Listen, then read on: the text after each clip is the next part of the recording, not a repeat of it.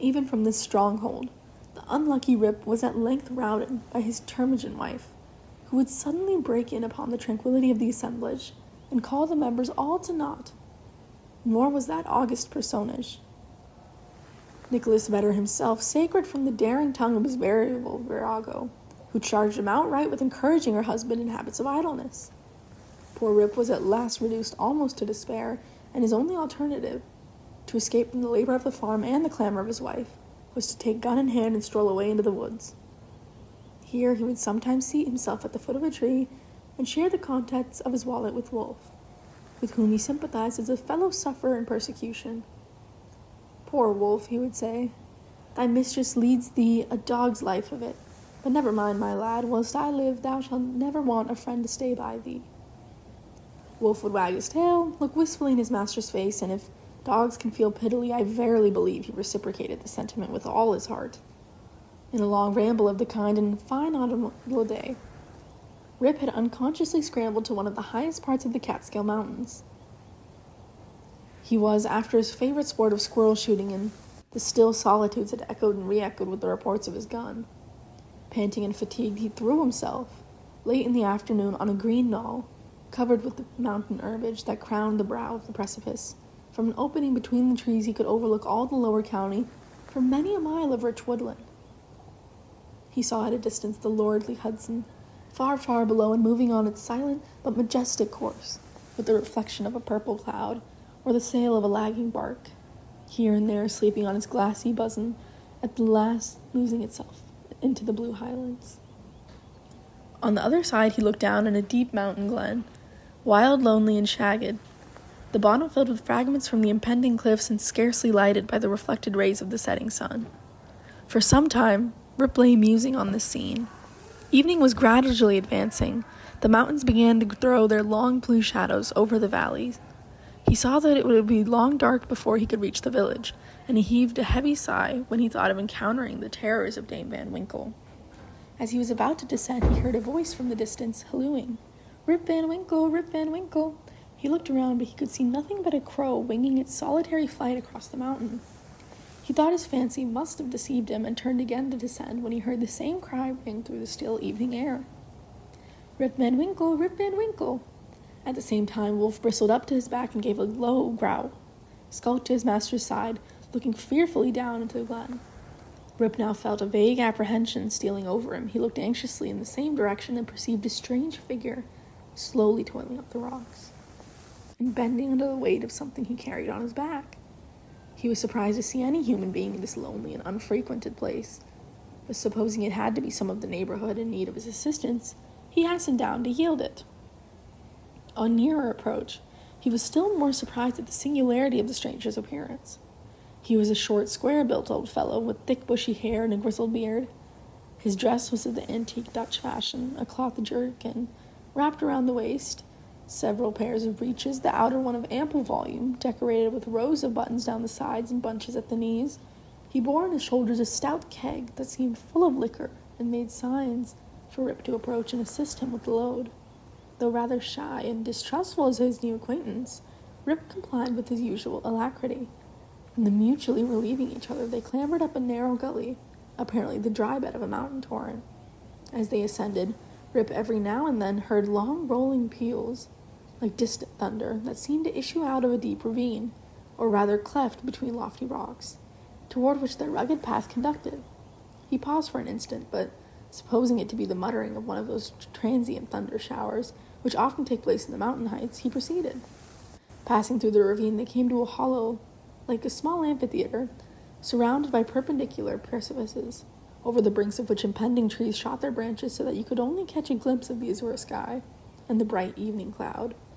During the whole time, Rip and his companion had labored on in silence, for though the former marveled greatly what could be the object of carrying a keg of liquor up this mountain, yet there was something strange and incomprehensible about the unknown that inspired awe and checked familiarity. On entering the amphitheater, new objects of wonder presented themselves. On a level spot in the center was a company of odd-looking personages playing at ninepins, They were dressed in quite outlandish fashion. Some wore short doublets, others jerkins with long knives in their belts, and most of them had enormous breeches, of similar style with that of the guides. Their visages, too, were peculiar. One had a large head, broad face, and small piggish eyes. The face of another seemed to consist entirely of a nose, and was surmounted by a white sugar-loaf hat, set off with a little red cock's tail. They all had beards of various shapes and colors. There was one who seemed to be the commander. He was a stout old gentleman with a weather-beaten countenance. He wore a lace doublet, broad belt and hanger, high-crowned hat and feather, red stockings, and high-heeled shoes, with roses on them. The whole group reminded Rip of the figures in an old Flemish painting in the parlor of Dominie van Schaik, the village parson, which had been brought over from Holland at the time of the settlement. What seemed particularly odd to Rip was that, though these folks were evidently amusing themselves, yet they maintained the gravest faces, the most mysterious silence, and were withal the most melancholy party of pleasure he had ever witnessed.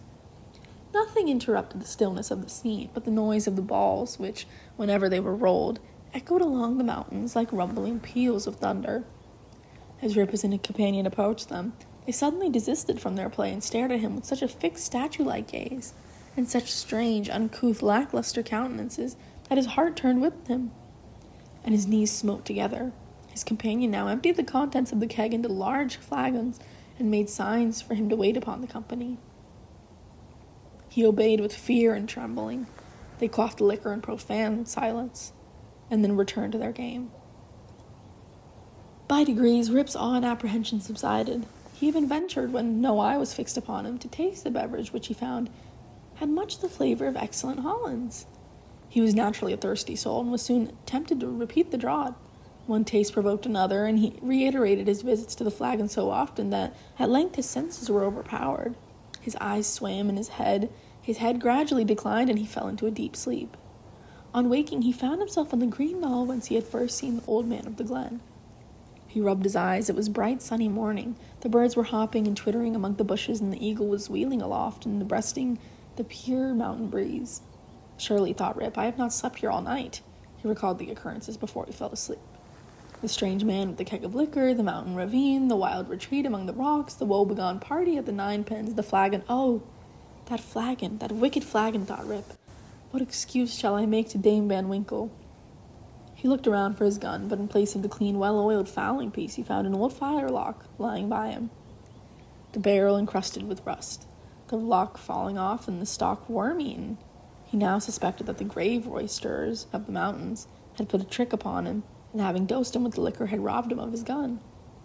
Wolf, too, had disappeared, but he might have strayed away over a squirrel or partridge. He whistled after him and shouted his name, but all in vain. The echoes repeated his whistle and shout, but no dog was to be seen.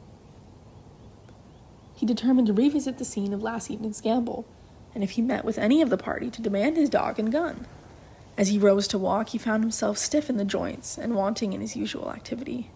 These mountain beds do not agree with me, thought Rip, and if this frolic should lay me up with a fit of rheumatism, I shall have a blessed time with Dame Van Winkle. With some difficulty he got down into the glen. He found the gully which he and his companion had ascended the preceding evening. But to his astonishment, a mountain stream was now foaming down it, leaping from rock to rock and filling the glen with babbling murmurs.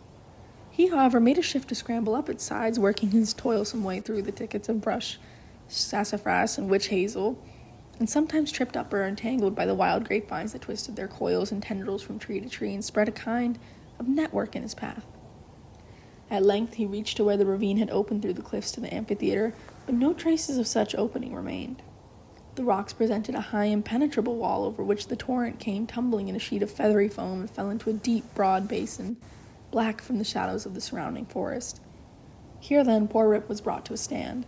He again called and whistled after his dog. He was only answered by the cawing of a flock of idle crows sporting high in the air about a dry tree that overhung a sunny precipice, and who, secure in their elevation, seemed to look down and scoff at a poor man's perplexities. What was to be done? The morning was passing away, and Rip felt famished for want of his breakfast. He grieved to give up his dog and gun. He dreaded to meet his wife, but it would not do to starve among the mountains. He shook his head, shouldered the rusty firelock, and with a heart full of trouble and anxiety, turned his steps homeward.